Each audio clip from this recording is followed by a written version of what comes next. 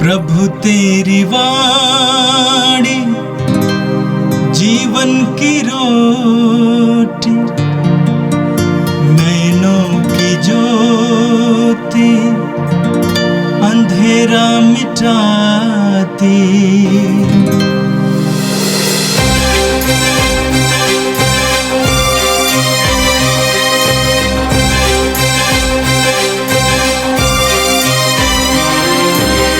प्रभु तेरी वाणी जीवन की रोटी, नैनों की ज्योति अंधेरा मिटाती।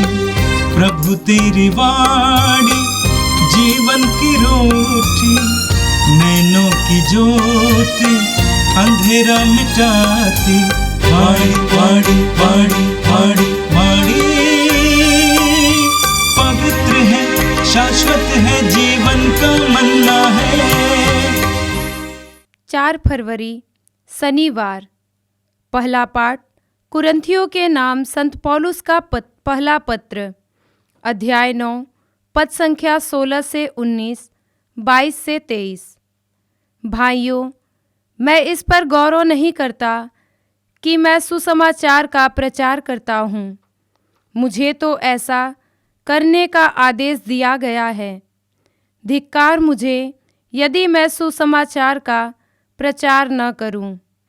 यदि मैं अपनी इच्छा से यह करता तो मुझे पुरस्कार का अधिकार होता, किंतु मैं अपनी इच्छा से यह नहीं करता। जो कार्य मुझे सौंपा गया है मैं उसे पूरा करता हूँ। तो पुरस्कार पर मेरा क्या दावा है? वह यह है कि मैं बिना कुछ लिए सुसमाचार का प्रचार करता हूँ और सुसमाचार संबंधित अपने अधिकारों का पूरा उपयोग नहीं करता। सब लोगों से स्वतंत्र होने पर भी मैंने अपने को सबों का दास बना लिया है, जिससे मैं अधिक से अधिक लोगों का उद्धार कर सकूं। मैं दुर्बलों के लिए दुर्बल सा बन गया हूँ, जिससे मैं उनका उद्धार कर सकूं। मैं सबों के लिए सब कुछ बन गया हूँ, जिससे किसी न किसी तरह से कुछ लोगों का उद्धार कर सकूं। मैं यह सब सुसमाचार के कारण कर रहा हूँ, जिससे मैं भी उसके कृपादानों का भागी बन जाऊं। यह प्रभु की वाणी है। संत योहन के अनुसार प्रभु यीशु का पवित्र सुसमाचार, अध्याय 12, पद संख्याएं 20 से लेकर 32 तक। जो लोग पर्व के अवसर पर आराधना करने आए थे उनमें कुछ यूनानी थे। उन्होंने फिलिप के पास आकर यह निवेदन किया, महाशय, हम यीशु से मिलना चाहते हैं। फिलिप गलीलिया के बेतसैदा का निवासी था। उसने जाकर अंद्रेस को यह बताया और अंद्रेस ने फिलिप को साथ ले जाकर यीशु को इसकी सूचना दी। यीशु ने उनसे कहा, वो समय आ गया है जब मानव पुत्र महिमान्वित किया जाएगा।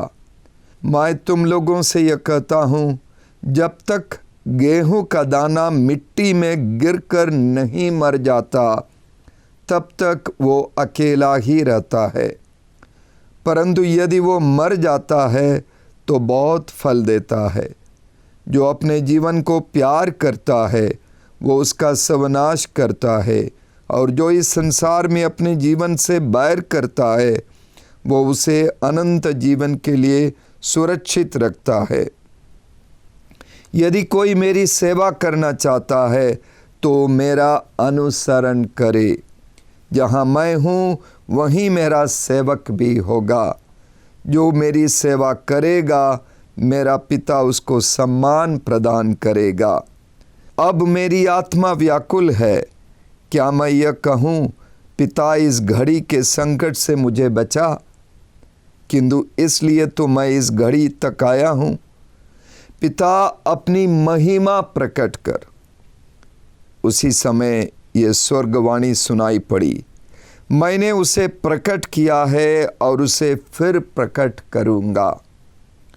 आसपास खड़े लोग ये सुनकर बोले, बादल गरजा। कुछ लोगों ने कहा, एक स्वर्गदूत ने उनसे कुछ कहा। यीशु ने उत्तर दिया, ये वाणी मेरे लिए नहीं बल्कि तुम लोगों के लिए आई। अब इस संसार का न्याय हो रहा है। अब इस संसार का नायक निकाल दिया जाएगा और मैं जब पृथ्वी के ऊपर उठाया जाऊंगा तो सब मनुष्यों को अपनी ओर आकर्षित करूंगा। इन शब्दों के द्वारा उन्होंने संकेत किया कि उनकी मृत्यु किस प्रकार की होगी। यह प्रभु का पवित्र सुसमाचार है। क्रीस्त प्रभु की जय। यीशु में मेरे प्रिय भाइयों बहनों, भारतीय कलीसिया सौभाग्यशाली है कि यहाँ बहुत सारे संत हुए हैं और कुछ लोगों ने अपने विश्वास के लिए अपनी जान की कुर्बानी भी दी है, शहादत दी है। आज एक महान शहीद का पर्व हम मनाते हैं जिनका नाम है संत John D Brito. Yohan Brito कहते हैं और उनका दूसरा नाम है अरुलानंदर। पोर्तुगल में सन 1647 में जॉन डी ब्रिटो का जन्म हुआ और वहाँ के राजा डॉन पेड्रो जो बाद में राजा हुए, जब वो छोटा बच्चा था उनके साथ वहाँ के कुलीन परिवार के बच्चे रहते थे और उनमें से एक जॉन डी ब्रिटो भी था। जॉन डी ब्रिटो बहुत बड़े कुलीन और अमीर परिवार में इनका जन्म हुआ था।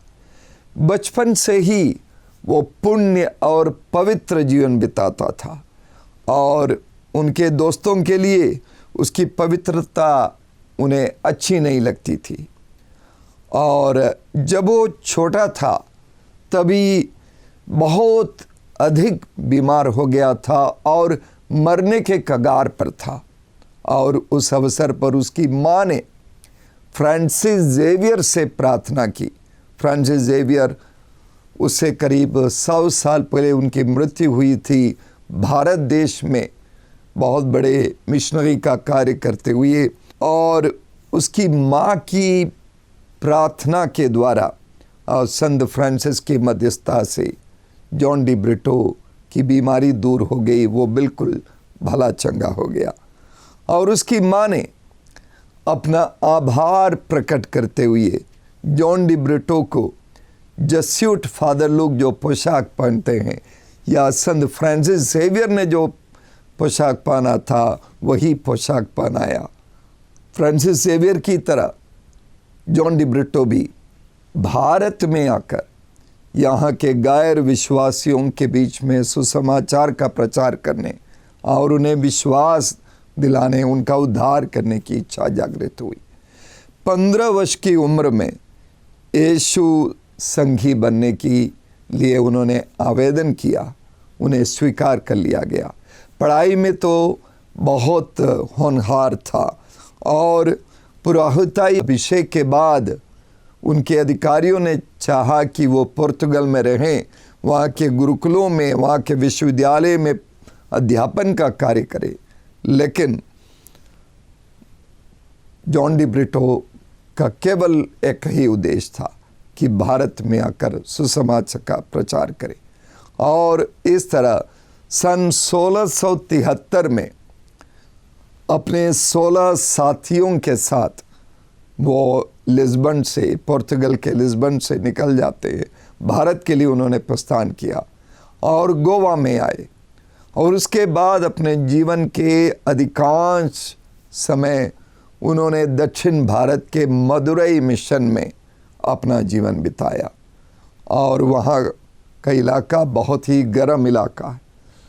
गर्मी में, कड़ी धूप में, जो कि वो इलाका भूमध्य रेखा से मात्र 10 डिग्री ऊपर की उत्तर की दिशा में, वहाँ के बहुत कड़ी धूप में, गर्मी में उन्होंने बहुत मेहनत की, सुसमाचार का प्रचार किया, घर घर गए और ख़ास करके वहाँ की निचली जाति के लोगों के बीच में उन्होंने सुसमाचार का प्रचार बहुत ही सफलतापूर्वक किया। लेकिन लोगों का विरोध हुआ, सताव और निंदा सहते हुए सुसमाचार का प्रचार वे करते रहे। लाखों लोगों को उन्होंने सुसमाचार सुनाया और उन्हें विश्वास में लाए और उनका जीवन पूरी तरह से बदल गया। लेकिन विरोधियों ने उन्हें देश से निकाल लिया। देश निष्कासन के कारण वो वापस पुर्तगाल गए, लेकिन वहाँ से फिर से प्रयास किया और भारत देश में तुरंत ही लौट आए। और उन्होंने अपने आप को छोटी जाति के लोगों के तरह बनाया, अपने आप को दीनहीन बनाया।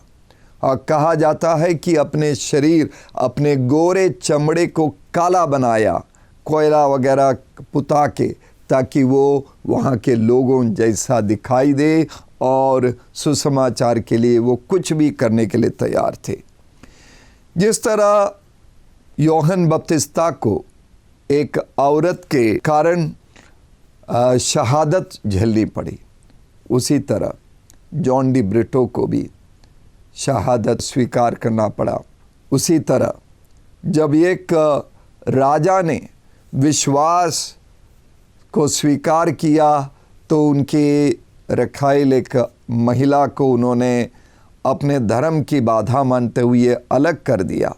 तो वो महिला गुस्से में आकर उसने जॉन डी ब्रिटो के साथ छल कपट के तरीके से उसे फंसाया और उनका वो कारागार में बंद हो गए और अंत में जाकर ओरियूर नामक जगह पर जॉन डी ब्रिटो का कत्ल कर दिया गया, उनका सर काट दिया गया। पुर्तगाल का वो नौजवान सिर्फ 45 साल के उम्र में अपना रक्त बहाया तमिलनाडु के रामनाथपुरम जिले के ओरियूर में, और इसीलिए वो रक्त रंजित इलाका कहा जाता है। आज वो एक पवित्र स्थली, तीर्थ स्थली बनी हुई है। उन्होंने अपने सुपीरियर को पहले ही एक पत्र भेजा था। पत्र में उन्होंने लिखा कि मैं मृत्यु की प्रतीक्षा कर रहा हूँ, धैर्य के साथ मैं प्रतीक्षा कर रहा हूँ। शुरू से ही मेरी प्रार्थना का उद्देश्य यह रहा है कि मैं प्रभु के लिए मरूं और मेरे काम के, मेरी पीड़ाओं के अच्छा परिणाम के रूप में मैं शहादत की प्रतीक्षा कर रहा हूं। और उनकी प्रार्थना के अनुसार सन 1693 में 45 साल की उम्र में वे शहीद हुए। 4 फरवरी 1693 को उनकी शहादत की खबर जब लिस्बन शहर पहुंच गया तो उनके बचपन का मित्र राजा डॉन पेड्रो ने धन्यवाद का एक बहुत बड़ा कार्यक्रम वहां आयोजित किया और जॉन डी ब्रिटो की माँ उसमें भाग लेने पहुंची। दुखी होकर नहीं और उदासी का, दुख का वस्त्र पहनकर नहीं, लेकिन खुश होकर अपने बेटे की कुर्बानी का समारोह में भाग लेने के लिए आनंदित होकर अच्छे कपड़े पहन के वो पहुंच गई। यीशु में मेरे प्रिय भाइयों बहनों, आज के पहले पाठ में हम कुरिन्थियों के नाम पौलुस के पहले पत्र से ये सुनते हैं जहाँ पौलुस कहते हैं, मैं सबों के लिए सब कुछ बना, मैं दुर्बलों के लिए दुर्बल जैसा बना जिससे मैं उनका उद्धार कर सकूं। मैं सबों के लिए सब कुछ बन गया हूं जिससे किसी न किसी तरह कुछ लोगों का उद्धार कर सकूं। मैं ये सब सुसमाचार के कारण कर रहा हूं जिससे मैं भी उसके कृपादानों का भागी बन जाऊं। संत जॉन डी ब्रिटो ने इन वचनों के अनुसार कार्य किया। वो तमिलनाडु के छोटी जाति के लोगों के लिए उनका जैसा बना, अब उनकी भाषा सीखी, उनका जैसा नाम अपना लिया, उनका जैसा त्वचा को बना दिया, और सब कुछ सुसमाचार के लिए। आज के सुसमाचार में हम सुनते हैं कि यीशु कहते हैं, यीशु से बात करना चाह रहे थे कुछ यूनानी लोग। वे यूनानी यहूदी धर्म को अपनाने वाले भक्त लोग हैं और वे तीर्थ यात्रा में यरूशलेम में आए थे। और यीशु ये खबर सुनकर उनके सामने ये कहते हैं कि अपने आप को गेहूं के दाने से यीशु तुलना करते हैं। यीशु कहते हैं, जब तक गेहूं का दाना मिट्टी में गिरकर नहीं मर जाता तब तक वो अकेला ही रहता है, परंतु यदि वो मर जाता है तो बहुत फल देता है। हम सबको मरना होगा। यीशु अपनी मृत्यु के बारे में और अपने अनुयायियों के लिए भी ये नसीहत दे रहे हैं कि हमें मरना होगा। जॉन डी ब्रिटो की तरह हमें मरना होगा। आज जब हम सताव उत्पीड़न की बात सुनते हैं, अत्याचार की बात सुनते हैं, छत्तीसगढ़ के नारायणपुर और कोंडागांव जिलों में विश्वासी लोग अपने गांव से बेदखल हो गए और वे शहर में आकर खुले मैदान में रह रहे। उनके साथ बहुत बड़ा अन्याय हो गया है। उत्तर प्रदेश के गांव-गांव में अत्याचार चल रहा है। जो लोग विश्वासी है, जो पास्टर लोग हैं, उनके ऊपर अत्याचार हो रहा है। वे जेलों में बंद हैं बहुत सारे लोग, और बहुत सारी झूठी बातें फैलाई जा रही है। और इन सब के बीच में यीशु का ये सुसमाचार हम सब के लिए हैं। गेहूं के दाने की तरह मिट्टी में मिल जाना, मर जाना। जो अपने जीवन को प्यार करता है वो उसका सर्वनाश करता है, यीशु आगे कहते हैं। और कहते हैं, जो इस संसार में अपने जीवन से बैर करता है वो उसे अनंत जीवन के लिए सुरक्षित रखता है, अनंत जीवन पाने के लिए। और पौलुस की तरह यीशु के कृपादानों के भागी बनने के लिए और सुसमाचार को दूसरों को सुनाने के लिए हमें अपने को दीनहीन बनाना होगा, अपने को छोटा बनाना होगा और यीशु का अनुसरण करना होगा। यीशु कहते हैं, यदि कोई मेरा सेवा करना चाहता है तो वो मेरा अनुसरण करे। मत्ती के सुसमाचार के 16वें अध्याय के 24वें पद पर यीशु कहते हैं, जो मेरा अनुसरण करना चाहता है वो आत्मत्याग करे और अपना क्रूस उठा के मेरे पीछे हो ले। हमें अपना आत्मत्याग करना होगा। हमें अपनी खुशियाँ, अपनी सुविधाएं और अपनी व्यक्तिगत और स्वार्थी इच्छाएं हमसे अलग करना होगा। हमें यीशु की तरह ही दीनहीन बनना होगा। फिलिपियों के नाम पौलुस के पत्र के 2 अध्याय के 7वें पद पर हम पढ़ते हैं, 6वें और 7वें पद पर लिखा है, वो वास्तव में ईश्वर थे।